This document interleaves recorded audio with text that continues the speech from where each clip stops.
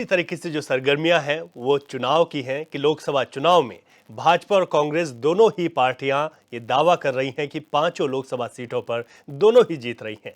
लेकिन सच क्या है, हकीकत क्या है, जनता का रुझान क्या है, इसके लिए तो इंतजार करना पड़ेगा। लेकिन चर्चा क्या है, उस चर्चा को करते हैं। हमारे साथ सत्यवीर सिंह चौहान जी हैं, भाजपा के प्रवक्ता हैं।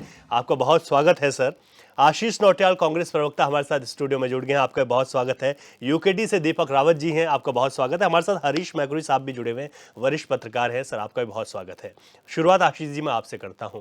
जिस तरीके से ये कहा जा रहा है कि आप लोगों के स्टार प्रचारकों की सूची जारी नहीं हुई, अब हो गई, तो अब आपको नहीं लगता कि भाजपा एक तो मजबूत स्थिति में अपने आप को कह रही है? उनके स्टार प्रचारक को, जो मुख्य स्टार प्रचारक है पीएम मोदी, यहाँ पर जो है रैली भी कर चुके हैं, इसके अलावा भी और लोग यहाँ पर आए हैं। तो आप लोग क्या कहीं पर पिछड़ रहे हैं? क्या कहीं पर कुछ ऐसी कमजोरियां रह गई हैं? लेकिन या फिर आपके स्टार प्रचारकों की सूची जारी होने के बाद अब प्रचार धुआंधार रहेगा कांग्रेस का? देखिए, भाजपा मजबूत नहीं, भाजपा डरी हुई दिख रही है। भाजपा की उत्तराखंड के अंदर पांचों सीटें हैं और भाजपा को, धामी जी को डर है कि अब ये पांचों सीटें हार गए तो इसके बाद मेरा जाना तय है। तो भाजपा डरी हुई है, बार बार अपने स्टार प्रचारकों की 40 सभाएं होंगी, ये होगा, ये भी आएगा, वो भी आएगा, सबके पीछे पड़े हैं। क्योंकि अब उत्तराखंड के नेतृत्व पे तो जनता का विश्वास नहीं है। इन्हें लगता है अगर हमारे ऊपर जो बैठे हैं शीर्ष लोग जो भाजपा में हैं बहुत बड़े जुमलेबाज हैं। आप स्मृति ईरानी को देख लीजिए, पिछले चुनाव में बोलती नजर आ रही थी मोदी जी को वोट दो और चीनी 2 रुपए किलो मिलेगी। वो बोलती हुई नजर आ रही थी गैस सिलेंडर। वो बोलते थे जब सुषमा स्वराज थी हमें नहीं चाहिए आलू प्याज, हमें चाहिए। सुषमा स्वराज अपनी लोकप्रियता को बताने का काम करते थे। मोदी जी खुद इतने बड़े जुमलेबाज हैं। पिछले चुनावों में आपने सुना होगा बहुत हुई महंगाई की बार, अब की बार मोदी सरकार। अब जब ये सब लोग यहाँ आ रहे हैं और आप देखें, भारतीय जनता पार्टी आज तक अपना घोषणा पत्र नहीं बना पाई, जो अत्यंत आवश्यक है। आपका विजन क्या है 5 साल का? आपको आना है सत्ता में, ठीक है, आप आना चाहते हैं, आपका स्वागत है, पर किस विजन के साथ आप आ रहे हैं? आपका विजन क्या है, ये विजन बता ही नहीं पा रहे हैं। क्योंकि इनके विजन में वो चीजें हैं जो जनता को चाहिए ही नहीं। जैसे जनता मांग रही थी भू कानून, इन्होंने कहा यूसीसी। इसी प्रकार से इनके विजन में जनता के हित की चीजें नहीं है।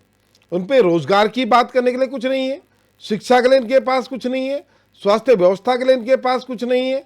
तो इनके पास है क्या? सिर्फ ये जुमलेबाजी ढूंढ रहे। अब जनता को कैसे बहकाएं, अब क्या बोलें, कौन सा मंदिर बनाएंगे, ये इनके नाम पर खाते हैं। और मैंने पहले भी डिबेट में बोला कि अगर मांगना है तो अपने काम के नाम पर मांगो। राम के नाम पर तो लोग भीख मांगते हैं, तो ये लोग काम के नाम पे तो मांग नहीं सकते। ये बोल नहीं सकते कि 10 साल में हम आए, 10 साल पहले जो इन्होंने वादे किए थे हम आएंगे तो काला धन लाएंगे, उस बात को तो नहीं कर सकते। या इनके रामदेव जी जो हैं वो ये बात नहीं बोल सकते कि आपको पेट्रोल 35 रुपये चाहिए कि 100 रुपये चाहिए, वो इस बात को नहीं बोल सकते। वो ये नहीं कह सकते गैस सिलेंडर क्या रेट चाहिए। मोदी जी आज ये नहीं बोल पाएंगे कि जब वोट डालने जाएं तो गैस सिलेंडर को हाथ जोड़ के जाएं, इस तरह की बात तो नहीं कर पाएंगे। अब ये सोच रहे हैं जनता को बहकाएं कैसे इस बार तो, क्योंकि 2 बार तो आपने पूरी तरह से अपनी जो तानाशाही रवैया और झूठ और जुमलेबाजी पूरी जनता के सामने कर दी। अब जनता के लिए बोलने के लिए आप पे कुछ है ही नहीं। ठीक है। No vision party Bharatiya Janata party, जिसके पास आने वाले 5 साल के लिए कोई विजन नहीं है। इसलिए ये लोग अपना विजन ही नहीं दे पा रहे हैं कि हमें क्यों वोट दो, आखिर तुम्हारे अंदर है क्या, इस बात को बताओ, तुम्हें वोट क्यों चाहिए, इन्हें बताना होगा। और हमारे अंदर क्या है आपने देख लिया। हमने जो गारंटियां दी हैं, हमने जो 5 गारंटियां दी हैं उन पे आप दे 25 गारंटियां और 5 न्याय जो हमने गारंटियां दी हैं, वो हमारा विजन है। ठीक है। सत्यवीर चौहान जी, ये कह रहे हैं, कांग्रेस का आरोप ये है, बार बार इस बात का जिक्र हो रहा है कि आपने जो काम किया आप उनको गिना रहे हैं, लेकिन आगे क्योंकि 5 साल के लिए अगर जनता आपको चुनती है तो आपके विजन क्या है इस पर आप नहीं बता पाते हैं। तो ऐसा है क्या, या आप लोगों को कह रहे हैं कि आप विजनहीन पार्टी हैं? सर्वप्रथम तो आपके चैनल के माध्यम से मैं कैंथोरा जी अपने पार्टी के उन सभी महापुरुषों को, राष्ट्र ऋषियों को नमन करता हूं। आज हमारे पार्टी का 45वां स्थापना दिवस है। जिनके बलबूते आज और जिनके परिश्रम से हम आज इतने विश्व का सबसे बड़ा दल बना है, एक चाहे वो जनसंघ के समय हो, चाहे भारतीय जनता पार्टी के उदय के बाद का हो। हमारे पर जब मैं आपको बताना चाहता हूं कि जब हमारी पार्टी का जब गठन हुआ भारतीय जनता पार्टी का, तो मात्र 2 सांसद हमारे चुन के आए, एक गुजरात से चुन के आए और एक साउथ से चुन के आए। तो किस प्रकार से हमें हास्य का पात्र, दीनहीन की भावना से कांग्रेस पार्टी के वो तमाम लेता देखा करते थे। बहुत शक्तिशाली उस समय इनका रूप संसद के अंदर देखने को मिलता था, मगर अपने विपक्ष को किस प्रकार से साथ लेके, क्योंकि राजनीति में सहयोग की बहुत आवश्यकता होती है। संविधान में इस प्रकार का जो संविधान को इस प्रकार से निर्माण किया गया है कि आपने विपक्षी दलों को लेकर किस प्रकार से आगे बढ़ना है, किस प्रकार से देश को आगे ले जाना है, किस प्रकार से नीतियों को बनाना है, किस प्रकार से समाज को आगे बढ़ाना है। उस समय की अगर आप उस समय की एक सदन की कार्रवाई को देख लेंगे तो आज जब कहा करते थे हम दो हमारे दो का पात्र में बनाया करते थे, आज वास्तविकता में वो पहिए समय का पहिया को इस प्रकार से घुमा कि दो लोगों की पार्टी रह गई है और उससे मात्र बात कुछ नहीं रह गई। यही नहीं, मैं आपको और एक चीज़ बताता हूँ, विजन की बात तो आऊँगा कि जो 5 साल की बात कर रहे हैं मैं उस पर आऊँगा, हम कभी भागे नहीं हैं। मैं आपको एक और चीज़ बताना चाहूँगा कि जितने भी ये कहा कर जो सोने की थालियों में और चांदी की चम्मच से ये जो खाना खाया करते थे और मरीन शिप से घुमा करते थे, आज स्थिति ये है कि जो अपनी बपौती समझते थे कि हमारी सीटें ये है, इससे हमें कोई हरा नहीं सकता।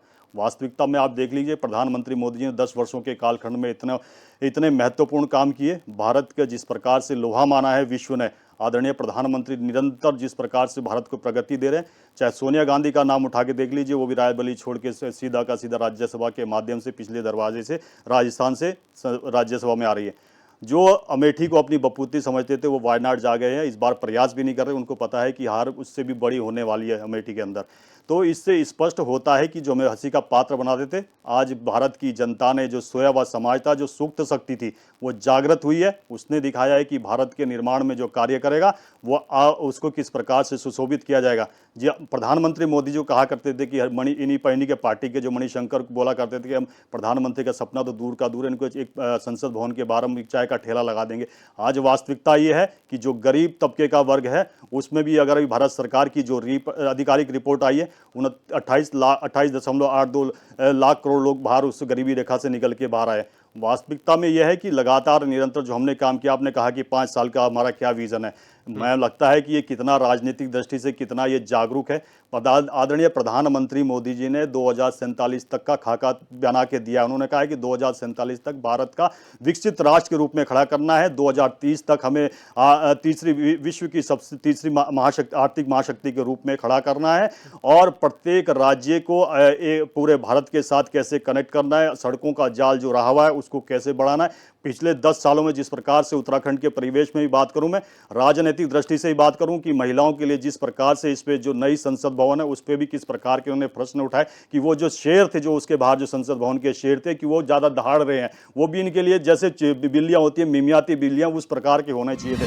वास्तविकता में इनको समझ में नहीं आ रहा है कि भारत वास्तविकता में है क्या और भारत की क्या संस्कृति। और मैं एक चीज़ और आपको बता दूं, जब महिलाओं के लिए 33% का जो रिजर्वेशन किया गया, आदरणीय प्रधानमंत्री मोदी जी ने उसको रिजर्वेशन का नाम नहीं दिया, उसको नारी शक्ति बंधन का दिया है, क्योंकि नारी जो है वो हमारी अगर सनातन संस्कृति को उठा के देखे तो हमारी शक्ति स्वरूप के रूप में।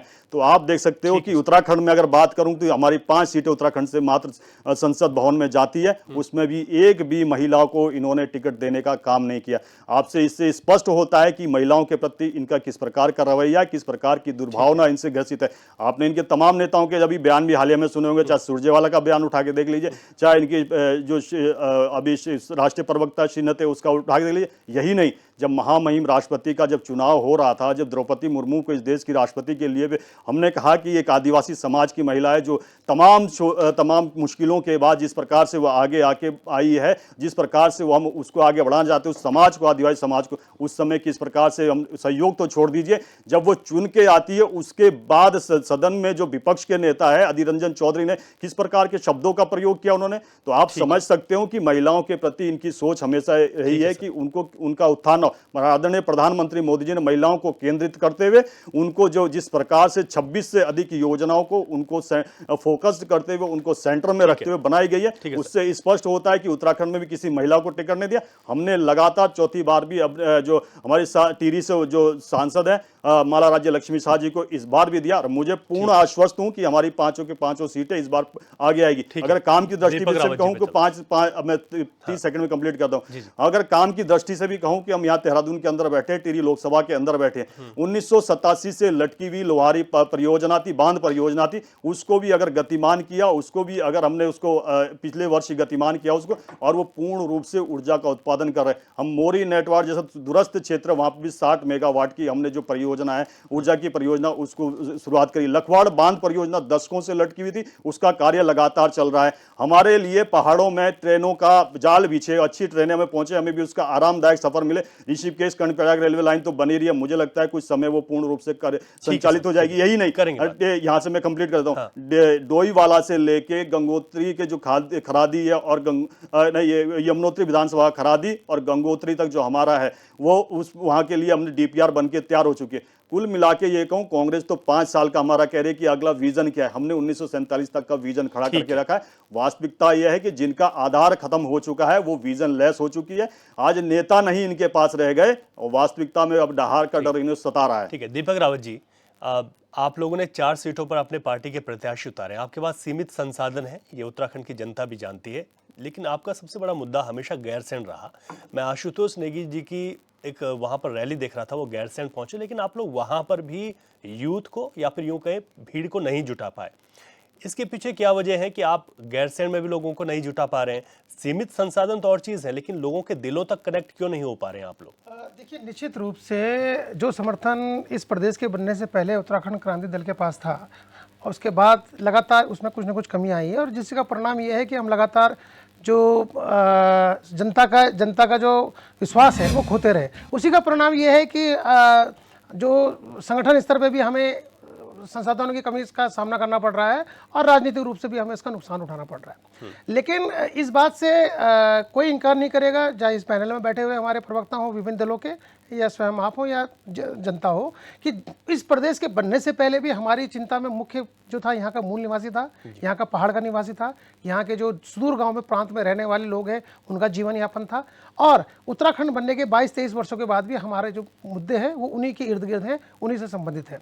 अब विषय यह है कि आज के समय जो जिस तरह का चुनावी माहौल चल रहा है, उसमें जो राष्ट्रीय मुद्दे हैं वो राष्ट्रीय मुद्दे इस तरह से हावी हो रखे हैं कि जो स्थानीय मुद्दे हैं, ये स्थिति यही नहीं है, ये स्थिति तमाम अन्य उन राज्यों में भी हैं जहाँ कोई क्षेत्रीय दल अपने आप को क्षेत्रीय दल की सरकार हो या क्षेत्रीय दल संघर्ष कर रहा है, वहाँ सभी ये स्थितियाँ हैं। उसमें ऐसा नहीं है कि सिर्फ ये उत्तराखंड क्रांति दल ही उत्तराखंड में इसका सामना कर रहा है, इस परिस्थिति का सामना कर रहा है। तो ऐसी परिस्थिति में क्या है कि निश्चित रूप से हमारे पास समस्याएं हैं, समस्याओं का निवारण करने के लिए हमने दिया है। और आशुतोष नेगी किसी उसके मोहताज नहीं। आशुतोष नेगी को किसने आज नेता बनाया है?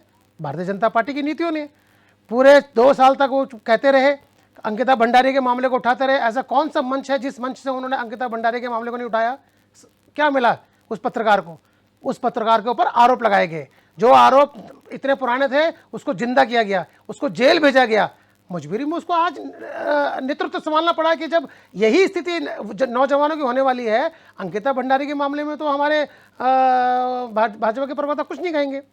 जो स्थानीय मुद्दे हैं, स्थानीय मुद्दों के बारे में कोई चर्चा नहीं है। अगर ये बात आ रही है कि नारी सुरक्षा की बात की जा रही है, तो क्योंकि यहाँ क्षेत्रीय दल होने के नाते मैं प्रवक्ता साहब से पूछना चाहूँगा, क्या इनको इसके बारे में जानकारी है कि जितने भी हिमालय राज्य हैं उसमें महिलाओं के प्रति जो उत्पीड़न के केस हैं या उनके खिलाफ जो अपराध हैं उसमें उत्तराखंड शीर्ष में है? क्या इनके पास जानकारी इस बात की है कि ह्यूमन ट्रैफिकिंग में जो और लड़कियां यहाँ से गायब हुई हैं उसमें हिमालयन राज्यों में उत्तराखंड शीर्ष में है? क्या इसके पास जानकारियां हैं? ये जो जानकारी इनके ना होना और पलायन का जो समस्या यहाँ पर है, क्या कारण है कि परिसंपत्तियों का बंटवारा आज तक नहीं निपटा है? क्या ये निपटाना नहीं चाहते? इनकी नियति नहीं है। तो ये अगर 2000 जब से इस प्रदेश का गठन हुआ है और वही समस्याएं हमारी आज की 10 की 10 हैं जो पूर्व में थी इस प्रदेश के बनने से पहले, और आज भी उसी को अगर हम लोग कैरी फॉरवर्ड करते हुए चले जा रहे हैं, और दिल्ली के नेता यहाँ पर आके सिर्फ भाषणबाजी कर रहे हैं, अपना चेहरा दिखा रहे हैं, कोई यहाँ के लोकल इश्यू में बात नहीं कर रहा। एक और विषय में आपका ध्यान रवि जी उठाना चाहूंगा, ग्रीन बोनस के बारे में। क्या Bharatiya Janata party green bonus के बारे में बात करती है? इन्हीं की सरकार ने 2018 में रिपोर्ट भेजी है, और रिपोर्ट में साफ कहा गया है कि कम से कम 3-3.5 करोड़ लाख करोड़ का जो एक तरीके से सेवाएं देता रहता है, यहाँ का जो पर्यावरण बचाने का काम करता है। तो स्थिति देखिए ना आप, क्या उसके बारे में इनका एक भी नेता बोल रहा है? क्या इनके जो 5 सांसद निवर्तमान 5 सांसदों में से 3 को इन्होंने टिकट दिया, 2 का टिकट कटा, क्या कभी आज तक उनमें से किसी एक ने भी संसद भवन में ग्रीन बोनस की बात करी? नहीं करी। यही तो विडंबना है कि इन्हें संसद बनने के लिए तो उत्तराखंड की सीट चाहिए, अपनी राजनीति चमकाने के लिए तो उत्तराखंड की सीट चाहिए, लेकिन उत्तराखंड की बात करने के लिए ये संसद में उनका मुंह नहीं खुलता है। लेकिन रावत जी, एक चीज है ना, आप लोग कहते हैं संसाधन नहीं है, लोग समझते हैं, लेकिन ऐसे में तो ये दोनों पार्टियां आपकी क्षेत्रीय दल को कभी आगे आने नहीं देंगे ना। तो कैसे आएंगे? कोई भी राजनीतिक दल किसी के लिए जगह खाली नहीं करता है। राजनीतिक दल अगर कोई आता है तो जनता उसको सपोर्ट करती है, जनता उसके मुद्दे करती है। इसमें निसंदेह कोई राजनीतिक दल किसी पे कृपा दृष्टि नहीं करता है कि वो उसको जगह देगा, वो उसको बनाएगा। निश्चित रूप से यदि यहाँ की जनता का प्यार हमें मिला होता, ऐसा नहीं कि नहीं मिला है, पूर्व में बहुत ज्यादा प्यार मिला है। जब भारतीय जनता पार्टी का इस प्रदेश में अस्तित्व भी नहीं था, इस प्रदेश की बात कर रहा हूं मैं, अस्तित्व भी नहीं था, तब उत्तराखंड क्रांति दल था। पर दुर्भाग्यवश कुछ नीतिगत फैसलों के कारण और कुछ राजनीतिक अपरिपक्वता के कारण कुछ इस तरह के निर्णय लिए शायद जनता लगातार हमसे दूर गई। लेकिन हमारे मुद्दों पे ना प्रश्न चिन्ह पहले था, ना आज है और ना भविष्य में कह रहेगा, क्योंकि हमारी तो बाध्यता है वो सिर्फ ये है, हमारी बाध्यता यह है कि हम क्षेत्र दल हैं और क्षेत्र के जो लोग हैं उनकी जो जन समस्याएं हैं उनको उठाना, सर, आप जिन स्थानीय मुद्दों की बात करते हैं वो वाकई में लेकिन मैं वही कह रहा हूं कि ये जनता से कनेक्ट क्यों नहीं हो पा रहे हैं। देखिए हमारे पास कई इस तरीके के उदाहरण है ना, जब जन सैलाब एक तरफ होता है। आपके खुद नेता जब दिवाकर भट्ट जब देवप्रयाग से जीते तो उस वक्त हमने देखा कि एक तरफ पूरा एक माहौल था उनके पक्ष में। ऐसे ही आपके पूर्व में कई विधायक भी जीते, लेकिन उसके बाद धीरे धीरे जहां आपको आगे बढ़ना था, इन दो दलों के बीच में आप सिमट गए। देखिए, निश्चित रूप से मैं पहले कह चुका हूं कि कुछ राजनीतिक अपरिपक्वता के कारण और कुछ नीतिगत फैसलों के कारण हमें नुकसान हुआ है, इसमें मैं इनकार नहीं कर रहा हूं। लेकिन जिन बिंदुओं को हम उठा रहे हैं, यदि इस पैनल में बैठा हुआ कोई व्यक्ति कह दे कि ये मुद्दे यहाँ के लिए महत्वपूर्ण नहीं है या इन मुद्दों का कोई महत्व नहीं है, और इसका नुकसान किसको उठाना पड़ रहा है? यहाँ के मूल निवासी को। यहाँ का जो मूल निवासी है, आज अगर हुक की बात की जाती है और सबसे ज्यादा नुकसान अगर किसी को आए तो दोनों ही सरकारें, चाहे वो भारतीय जनता पार्टी रही हो, कांग्रेस रही हो, नुकसान यहाँ के मूल निवासियों का ही हुआ है। और आज तो नौबत ये आ गई है कि मूल निवासी मूल नहीं रहा। ठीक है सर। हरीश मैखुरी साहब वरिष्ठ पत्रकार हैं। सर, हमने तीनों पार्टियों को सुन लिया है, आप भी सुन रहे थे, लेकिन इस बार का जो लोकसभा का चुनाव है, मेरा सवाल है कि ये जनता भी जानना चाहती है कि भाजपा भले ये कहे कि एक तरफा चुनाव है, कांग्रेस का भी दावा पूरा है, लेकिन किस तरीके से इस वक्त के समीकरण बैठ रहे हैं और जो तमाम सीटें हैं, क्या वाकई में ये 2014 और 19 वाला ही चुनाव देखने को मिलेगा? क्या इस बार इन 10 सालों का हिसाब किताब पूछने के बाद कुछ समीकरण इस पर बदलते हुए भी दिखाई दे रहे हैं आपको? ऐसा है कि जनता के पाले में इस समय गेंद है और निर्णय जनता को ही लेना है। बहुत सारी चीजों में जनता निर्णय ले भी चुकी है, बहुत सारी चीजों में अभी विश्लेषण की स्थिति में है। एक तो सभी पार्टियों का अगर घोषणा पत्र आ जाता तो जनता उसको एनालाइज करती है कि हमारे हित में कौन सा है और हम क्या कर सकते हैं और किसको चयन करना चाहिए। तो अभी तो मेरे ख्याल हमारे यूकेडी का भी घोषणा पत्र नहीं आया और भारतीय जनता पार्टी वाले भी कह रहे थे कि हमने 72,000 उत्तराखंड के लोगों से, अच्छा 72,000, तो उनको अभी यूकेडी के हमारे मित्र बोल रहे थे, उनको कहना चाहिए था कि हमने अपने घोषणा पत्र में ये करेंगे सर, उस पर बात करेंगे। थोड़ा सा अपडेट नहीं था।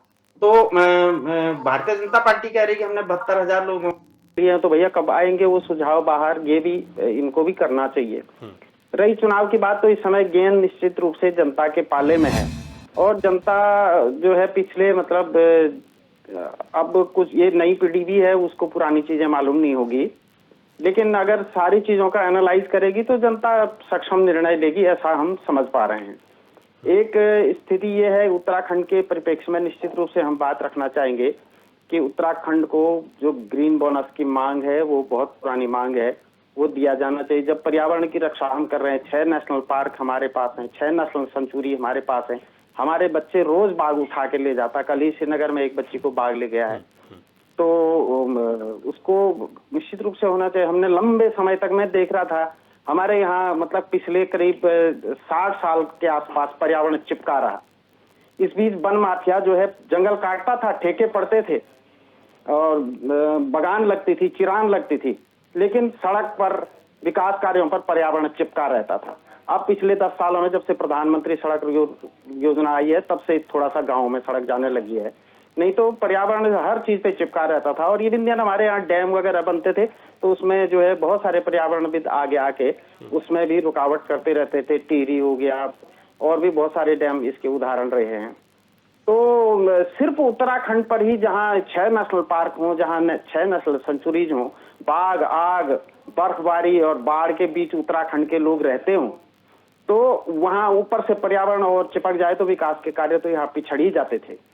जी। तो निश्चित रूप से इस पे विचार करना पड़ेगा। और एक हमारा जो 4 धाम यात्रा है वो उत्तराखंड की बैकबोन है इकोनॉमी की, तो उस पर तो सभी राजनीतिक दलों का फोकस होना चाहिए। थोड़ा सड़कें चौड़ी अब हुई हैं, पहले तो मतलब उतनी चौड़ी नहीं थी, 60 सालों में तो नहीं थी, लेकिन अब चौड़ी हो गई हैं। रेलवे लाइन भी बन जाएगी तो थोड़ा सा हमारा पर्यटन बढ़ेगा। 1 करोड़ के आसपास इसी साल पहुंच जाएगा हमारा। अगले साल 2 करोड़ पर्यटक यहाँ आने की उम्मीद है, लेकिन तीर्थयात्री पर्यटक मिला के 2 करोड़ हो जाएंगे। तो हमारी उनके लिए क्या तैयारी है? हमारे होटल कम है अभी होम स्टे योजना के अंतर्गत, और थोड़ा सा उसको बढ़ाया जाना चाहिए, व्यापक किया जाना चाहिए। गैरसैंण राजधानी जब तक नहीं बनेगी तो उत्तराखंड के 8 जिले जैसे पहले थे वैसे आज हैं। अभी तक भी बारी बारी से हमारे दोनों राजनीतिक दलों की सरकारें रही हैं और हमारे यूकेडी के भी उसमें मतलब सहभागिता रही दोनों सरकारों में क्रमशः, लेकिन पहाड़ के 8 जिले आज भी उद्योग विहीन हैं। तो उस पर निश्चित रूप से कुछ ना कुछ चर्चा करनी चाहिए। मैं ये कह रहा था कि हम और कुछ ना करें तो जैसे बेंगलुरु में हमारा हब है, आईटी सेक्टर है, उस तरह का हम गैरसैंण, श्रीनगर, चमोली में, शिमली में, रुद्रप्रयाग में, अल्मोड़ा में, बागेश्वर, जागेश्वर कहीं बना सकते हैं एक बड़ा आईटी सेक्टर। जैसे बेंगलोर फेमस हुआ वैसे उत्तराखंड हो जाएगा। तो इस तरह का हम लोग कुछ काम कर सकते हैं बशर्ते कि हमारा विजन हो। और कुछ काम हो भी रहे हैं, हम ये नहीं कह रहे हैं कि बिल्कुल काम नहीं हुए हैं, काम काफी हो गए हैं। अब मतलब जहां हमारे 3% गांवों तक, 4%, 5%, सिर्फ 5% गांवों तक 60 सालों में सड़क थी, आज हमारे 40% गांव कवर हो गए हैं। उस तरह से हम चाहते हैं ये बाकी के 60% गांवों को भी सड़क से जोड़ दो। बहुत सारे गांवों में तब सड़क पहुंची जब गांव खाली हो गए। जी बिल्कुल। बहुत सारे गांव आज भी पलायन सिर्फ सड़क की सुविधा के लिए कर रहे हैं, स्वास्थ्य की सुविधा के लिए कर रहे हैं। अगर हो तो ये तो देवभूमि तो स्वर्ग है, तो लोग तो रहना चाहते हैं अपना गांव। लेकिन एक तो ये हमारे जो हिंसक पशु हैं वो फसलों को नुकसान कर रहे हैं, और एक हमारी सड़क की सुविधाएं नहीं है। डुमक्कल गोटा आज भी 12 किलोमीटर पैदल चल के लोग जाते हैं अपने घर। उसी तरह से जींजी, पाणा, ईरानी, चमोली जैसे गांव है। पिथौरागढ़ में जो है बहुत सारे ऐसे गांव हैं। नबी गांव है, आज भी मतलब 5-6 किलोमीटर, 7 किलोमीटर पैदल जाना पड़ता है वहाँ। तो मतलब इस तरह की विडंबनाएं ना रहे, सड़कें अवश्य पहुंचे, उनपे कथित पर्यावरण ना चिपके। और इसके लिए तो सभी राजनीतिक दलों को एक स्वर में आगे आना पड़ेगा। ये हमारा वाइब्रेंट विलेज बनाने की जो योजना है, हम चीन की सीमा पर रहते हैं, 24 घंटे युद्ध का खतरा हमारे ऊपर रहता है। 1962 का युद्ध हम आज भी भूले नहीं हैं, बहुत सारे लोगों का बलिदान हुआ है उस युद्ध में। तो निश्चित रूप से चीन का खतरा है। दूसरा, एक हमारे यहाँ अब तेजी से जो है डेमोग्राफी बदल रही है। क्यों बदल रही है? क्यों लोग आना चाह रहे हैं? जो पहाड़ के लोग तो पलायन कर रहे हैं, तो बाहर के लोग यहाँ इतनी अपहजार्डिक तरीके से क्यों आ रहे हैं? नैनीताल की डेमोग्राफी बदलने वाली है, देहरादून की डेमोग्राफी बदल चुकी है। तो इसको भी सरकार को देखना चाहिए कि सीमावर्ती इलाकों में किस तरह के हम इन्वायरमेंट एक बना रहे हैं। और पहाड़ के मूल निवास का मुद्दा उठाते हैं तो डेमोग्राफी का मुद्दा भी उठाना चाहिए। बिल्कुल सर। मूल निवास, निश्चित रूप से मूल निवास समाप्त नहीं करना चाहिए। जो हमारे सचिवालय में बैठे हुए लखनऊ के जो ऐसे लोग थे कि जिनको लखनऊ में बहुत पसंद नहीं किया जाता था, वो उत्तराखंड में आके बैठ गए और उन्होंने कहा यार हमारे बच्चे तो यहाँ रोजगार पाए नहीं पाएंगे, तो उन्होंने मूल निवास हटा के स्थायी निवास की व्यवस्था बनाई। उत्तराखंड के जो नेता हैं उनको सोचना चाहिए कि मूल निवास को समाप्त ना करें, मूल निवास बना रहे।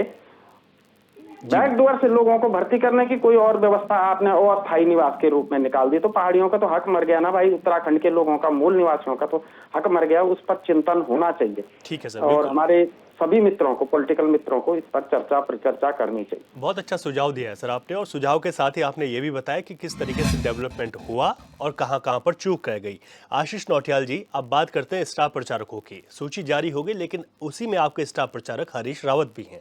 लेकिन हरीश रावत हरिद्वार से बाहर क्यों नहीं आ पा रहे हैं? और ऐसे में इन स्टार प्रचारकों का सिर्फ एक तरीके का मोह एक ही सीट पर देखने को मिला है, जबकि आपकी मजबूत सीट के तौर पर जो चर्चाएं हैं वो पौड़ी सीट मानी जा रही थी, लेकिन वहां पर भी जो है आपके लोग नहीं जाते। प्रीतम सिंह को मैंने तो नहीं देखा, अगर देखा तो आप बता दीजिएगा। जो अन्य सीटों पर गए हो, टिहरी सीट पर जरूर वो गुनसोला जी के साथ थे।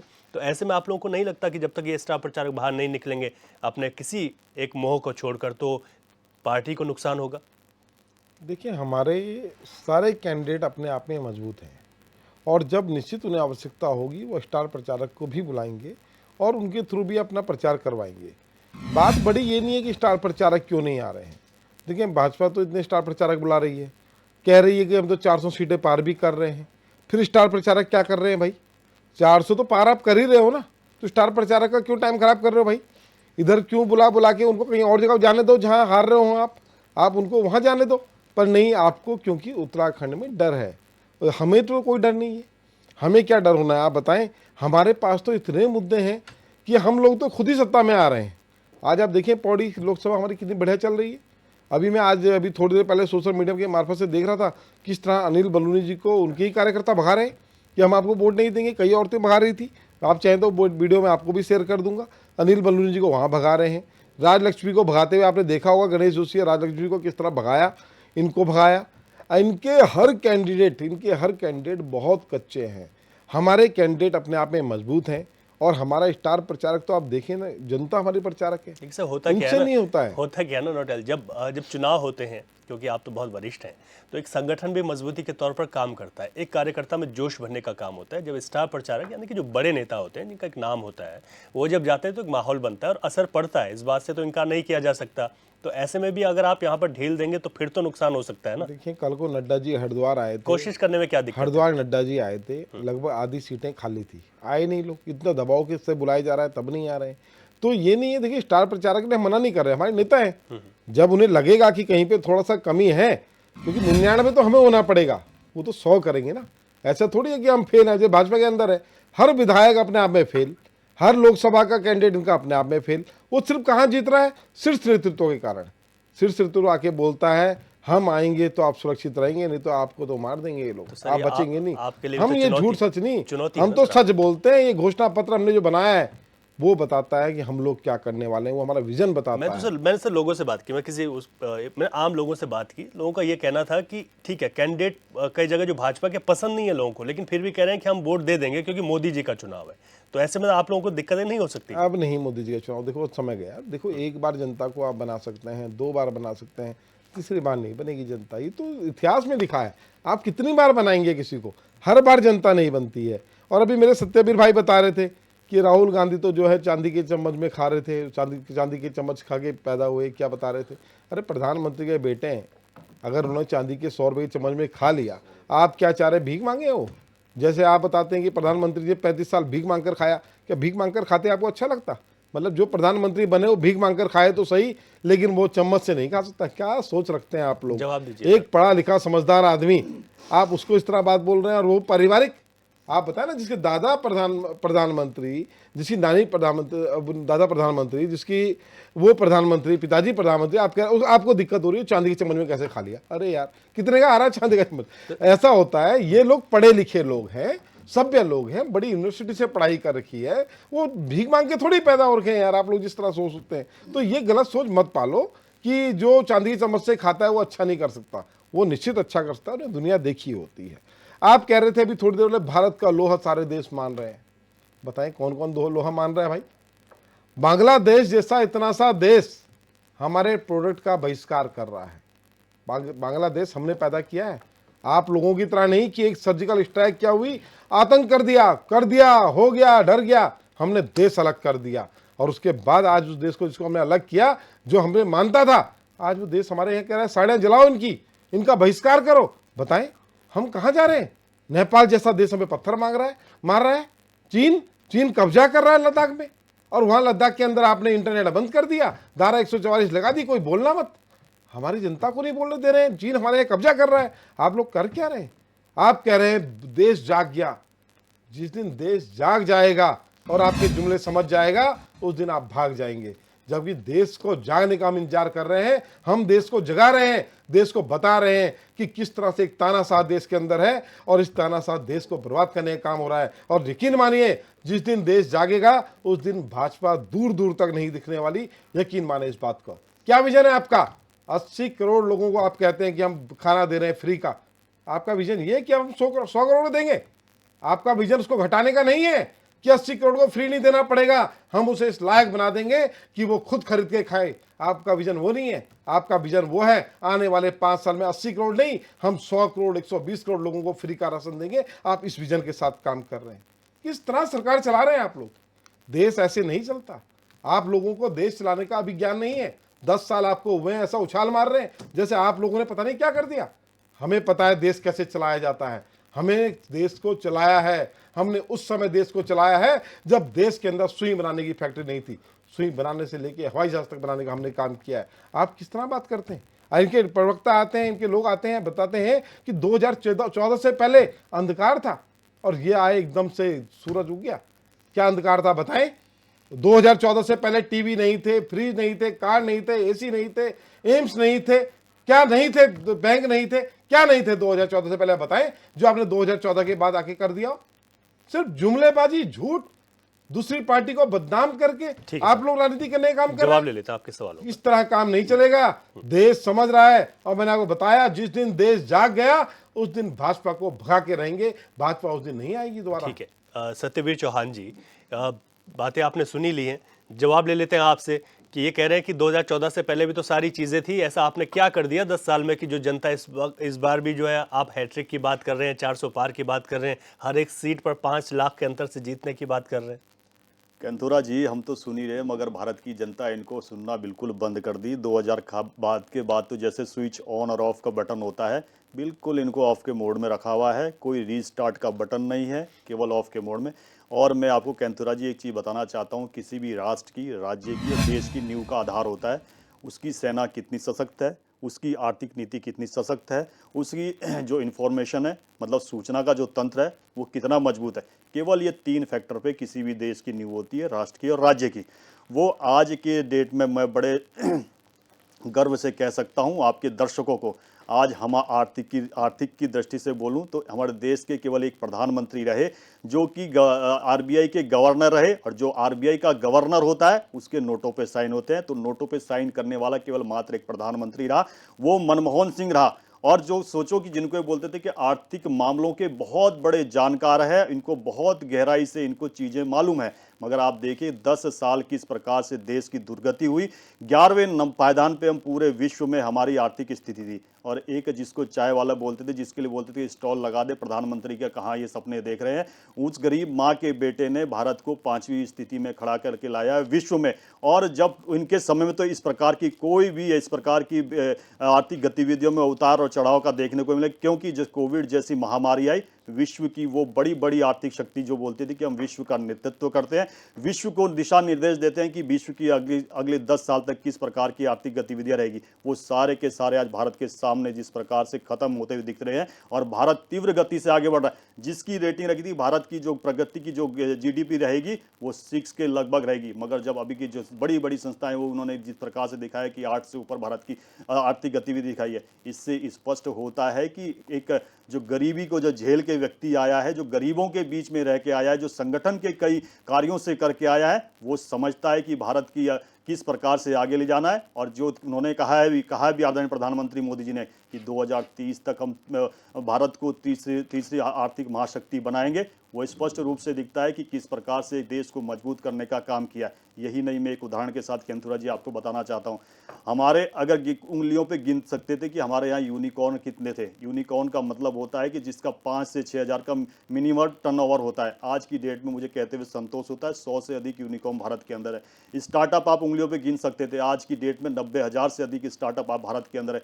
हमारे भारत में केवल 2 यूनिट होती थी मैन्युफैक्चरिंग की, मोबाइल की, आज 200 से अधिक मैन्युफैक्चरिंग यूनिट है। यही नहीं, यूपी जैसे बड़े विशाल जो राज्य है उसमें सैमसंग की एशिया की सबसे बड़ी फैक्ट्री लगी है। आप समझ सकते हो कि रोजगार के लिए किस प्रकार से प्रधानमंत्री मोदी जी ने लगातार नए आयाम बनाए हैं। यही नहीं, सेना की जो बात करूं, आप संसद के पटल का वो बयान दे सकते हो, आधिकारिक बयान है एक एंटोनी का, जब उनसे कहा था कि बुलेट प्रूफ के हमारे जवानों को कमियां होती जा रही, उन्होंने कहा बुलेट प्रूफ तो छोड़िए, मेरे लिए गोली का पैसा नहीं है। आप देख लीजिए उसके बाद राफेल, उसके बाद मान्यवर आपके बीच में नहीं बोला, मेरी बात है, झूठ के ऊपर झूठ बोलोगे क्या? आपके बीच में नहीं बोला, आप एक आप पे सेना रखने का पैसा नहीं है, आपने अग्निवीर बना दिए, आप पे सेना को रखने का पैसा नहीं है, आप सेना को खत्म करना चाहते हैं, आप देश को कमजोर करना चाहते हैं। अरे यार, शीला दीक्षित का जो बेटा था वो कह रहा था कि सेना बिपिन रावत को, जो इस देश के, जो इस राज्य के नागरिक थे, उनको बोला कि सड़क छाप गुंडा है। हमारे पास सेना को कौन खत्म करना चाहता है? देखा है सेना को कौन करना? और नहीं, अब सुन लीजिए, मैं इस प्रकार की तू मैं के बीच में नहीं पड़ता हूँ। हो सकता है कि कांग्रेस का ये आचरण होगा तो मैं कहूँगा तो उसको फॉलो करें, क्योंकि अभी देखा कि जिस प्रकार के बयान लगातार आ रहे हैं, चाहे कंगना रनौत के लिए आ रहे हो, चाहे हेमा मालिनी के लिए आ रहे हो, चाहे तंदूर कांड हो, जेनी कांड हो, मैं आपको लगातार 10 मिनट तक सुनता रहा हूँ। कांग्रेस की हताशा मुझे लग रही है कि 2024 के चुनाव में जीरो पर जाने वाली है। वो कांग्रेस के प्रवक्ता यहाँ पर दिखा रहे हैं कि किस प्रकार से इनकी हताशा है और किस प्रकार से खत्म होने वाला है। जो 2014 में खत्म हुए, 19 में खत्म हुआ, 2024 में तो पूर्ण रूप से खत्म हो जाएंगे। मुझे कोई शौक नहीं इस प्रकार की, मुझे तो कोई शौक नहीं इस प्रकार का तू मैं करने का। दौड़ा तो दिया है, दौड़ा तो अमेठी से दौड़ा दिया, रायबरेली से दौड़ा दिया, अब कितना दौड़ोगे? अमेठी से सीधा वायनाड गए और रायबरेली से सीधा राजस्थान चले गए, कितना दौड़ोगे? अगर और दौड़ना है तो इंडिया चले जाइए और चले जाइए। मुझे तो कोई आपत्ति नहीं है, आपका जो प्रेम है, जो आपका जो प्रेमी देश, प्रेमी राष्ट्र है, उसके पास पाकिस्तान के पास चले जाइए। चौहान जी, आपके दर्शक इस प्रकार से बहस तो सुनते नहीं होंगे, ठीक है सर, वो समझते होंगे कि भाई कोई कांग्रेस से अच्छा व्यक्ति आता होगा, जो अन्य व्यक्ति बोल रहा तो सुनेगा, मुझे बोलेगा सच तो इन्होंने अपने आप बता दिया। अब सुन लीजिए आशीष जी, अग्निवीर को लेकर, चौहान जी, अग्निवीर को लेकर लगातार कांग्रेस विरोध कर रही है ना, तो आपने जब सेना की बात की तो उन्होंने अग्निवीर आज से थोड़ा विरोध किया है, आज से तो उन्होंने सेना का आज से थोड़ा विरोध किया। सुन लीजिए, आप मेरे से प्रश्न पूछा आशीष जी, नाम मेरा है सत्यवीर, आपका दैनी नाम, सुन लीजिए आशीष, सुन लीजिए। अब केंदुरा जी, सेना का विरोध आज से तोड़ना किया इन्होंने।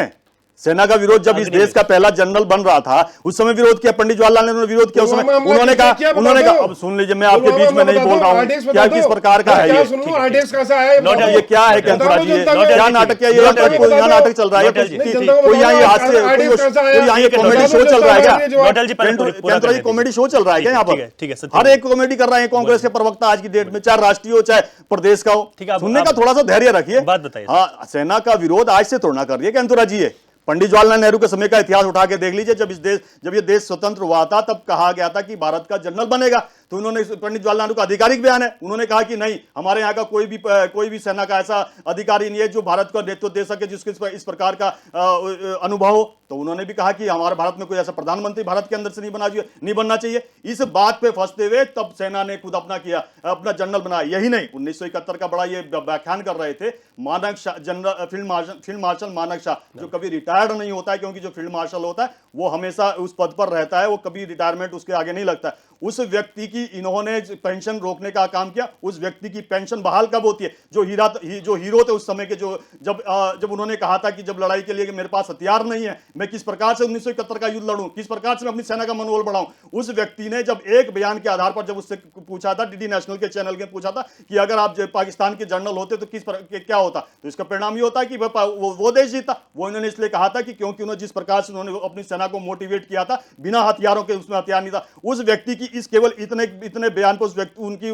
पेंशन रोक दी गई थी। और बहाल कब होती है? जब श्रद्धेय अटल बिहारी वाजपेयी जी देश के प्रधानमंत्री बनते हैं और राष्ट्रपति बनते हैं, अब्दुल कलाम जी बनते हैं, और तब जाके उनकी पेंशन वो बहाल होती है। और उस समय वो रोगाणु अवस्था में थे और वो सेना के हॉस्पिटल में अपना इलाज करा रहे थे, तब उनके पास 50 लाख से अधिक का चेक वो लेके एपीजे अब्दुल कलाम गए। मगर उन्होंने कहा था कि मुझे कोई आवश्यकता नहीं है, सेना मेरी देख रेख कर रही है। उसको भी उन्होंने जो नीडी पीपल थे उनको देने का काम किया। तो अब से कम इन्होंने सेना का विरोध नहीं किया। सेना ने लगातार कहा कि हमें ओआरपी के उसमें लाइए, सेना ने लगातार कहा हमें हथियार दिए, उड़न खटोली की तरह हमारे जहाज गिर रहे हैं, हमारे रोज हमारे पायलट मर रहे हैं। यही नहीं, मैं उत्तराखंड की दृष्टि से बात की, इसको सैन्य बहुल प्रदेश कहा जाता है।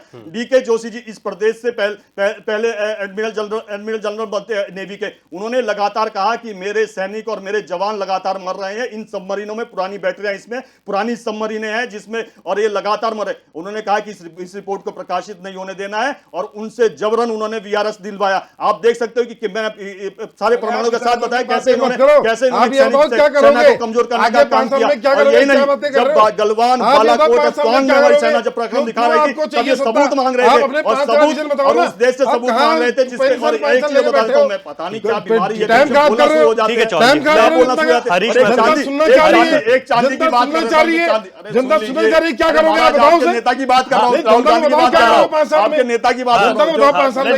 आपका ही सवाल था। जनता 5 साल में क्या करोगे आप कांग्रेस बताओ को ना। इतनी अभी से ही इतनी निराशा, इतनी सी अच्छा, निराशा तो ठीक है, जल्द नहीं है, ठीक है, 4 दिन ठीक है, का ठीक है, तिरुपति को ही निराशा उसकी आशीष डिस्टर्ब गोयल ला जी रहा ने ये है। कहा था चौहान जी आपके लिए कि अगर कोई प्रधानमंत्री के बेटे हैं वो चांदी की चम्मच में खाते हैं। बिल्कुल, मैं इस पर जवाब क्या देना दिक्कत- चाहूँ, मैं नहीं, जवाब दिक्कत क्या है आप- क्या मैं है? जवाब देना चाहूंगा। पहले तो इन्होंने, मैं आपके प्रधानमंत्री के पे ही थोड़ा सा 5 सेकंड के लिए बोल लेता हूं।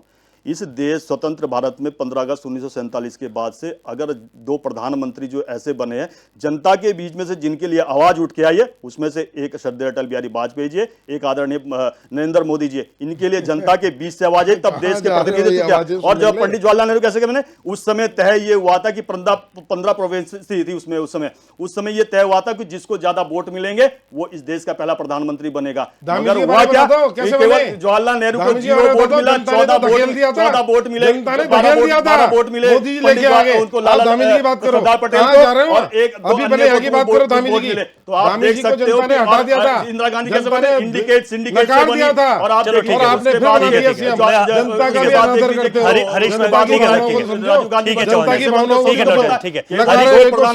भारत की जनता के सामने से आवाज आई है, भारत का नेतृत्व किया और भारत को आगे बढ़ाने का काम किया। मैं एक चीज के साथ खत्म करना चाहता हूं, एक के साथ खत्म करना चाहता हूं। पिछले 10 वर्षों में जिस प्रकार से हमने काम किया, हमें चिढ़ाते थे कि 370 धारा हटाएंगे और तारीख नहीं बताएंगे। आप देख लीजिए 370 धारा हटती है, हमारी जितनी पॉपुलेशन नहीं है उससे दुगने आज की रिकॉर्ड में, आपके रिकॉर्ड आपके एचएनएन के चैनल पे आधिकारिक रिकॉर्ड बता रहा हूं, 3 करोड़ से अधिक लोग वहां पर्यटन की दृष्टि से कश्मीर में जा चुके हैं।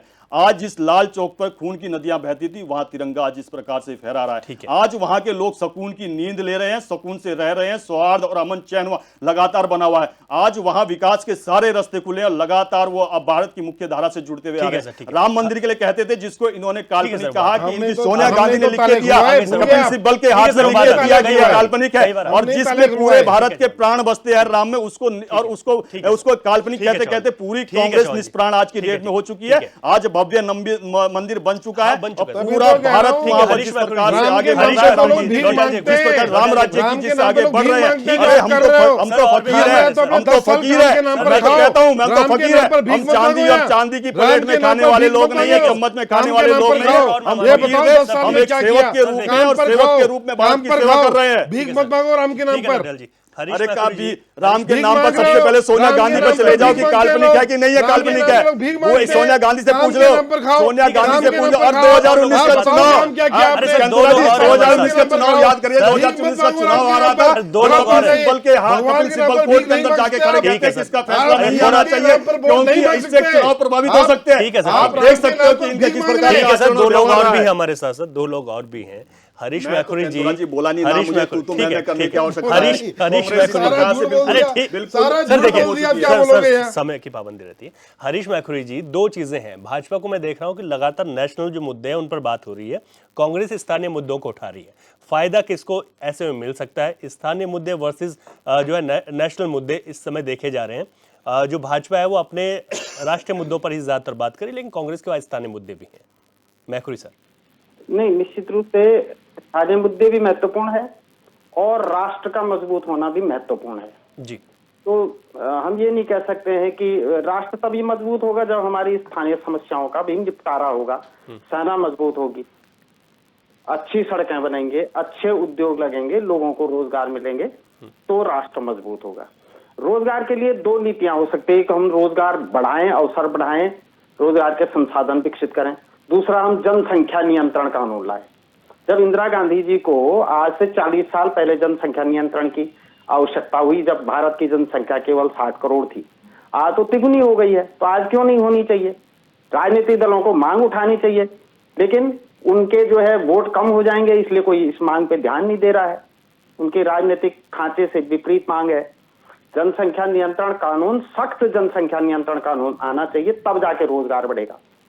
बलात्कारियों को तत्काल फांसी फास्ट ट्रैक कोर्ट में, तब जाके अपराध रुकेंगे।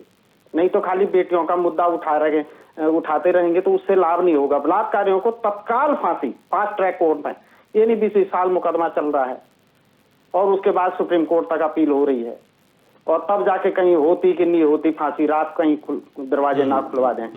तो ये स्थिति नहीं होनी चाहिए। बलात्कारियों में डर होना चाहिए, अपराधियों में डर होना चाहिए, तब जाके जो है राष्ट्र में ठीक है थोड़ा सर, सा ठीक है सर, ठीक है मैकुरी जी, ठीक है दीपक रावत जी, आज आप लोगों ने अपना घोषणा पत्र जारी कर दिया।